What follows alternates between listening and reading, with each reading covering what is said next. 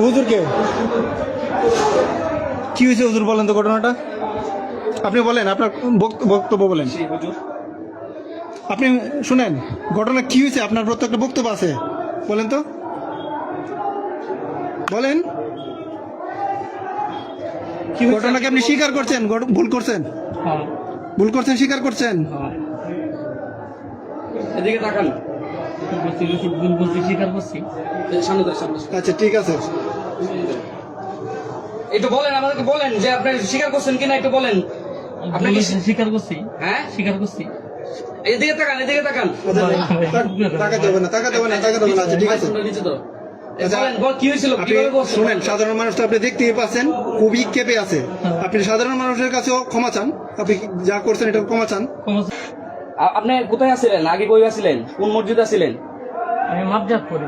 যে জায়গাতে সারা বাংলাদেশে লামিসার একটি হত্যাকাণ্ড আলোড়ন সৃষ্টি করেছে, প্রধানমন্ত্রী সহ শোক প্রকাশ করেছেন, সারা বাংলাদেশের মানুষ যে জায়গাতে একত্রিত হয়ে বিচারের দাবি জানিয়ে সারা বাংলাদেশে বিক্ষোভ কর্মসূচি পালন করেছেন, সেই জায়গায় কুলিয়ারচরের মতো এরকম একটি জায়গাতে এরকম ঘটনা, মসজিদের একটি পবিত্র জায়গায় মসজিদের হুজুর হয়ে একটি প্রতিবন্ধী মেয়েকে, একজন প্রতিবন্ধী মেয়েকে দর্শন করতে এই হুজুরের একটাবারও বিবেকে বাধা দিল না, একটাবারও সাড়া দিল না। তার একটি এতিম বাচ্চা, সেই মেয়েটি, তার বাবা মা অনেকেই গার্জেন নাই, প্রতিবন্ধী, কথা বলতে পারে না, বাক প্রতিবন্ধী, সেই প্রতিবন্ধী মেয়েটাকে সে দর্শন করার চেষ্টা করছে, সে বলতেও পারতেছে না।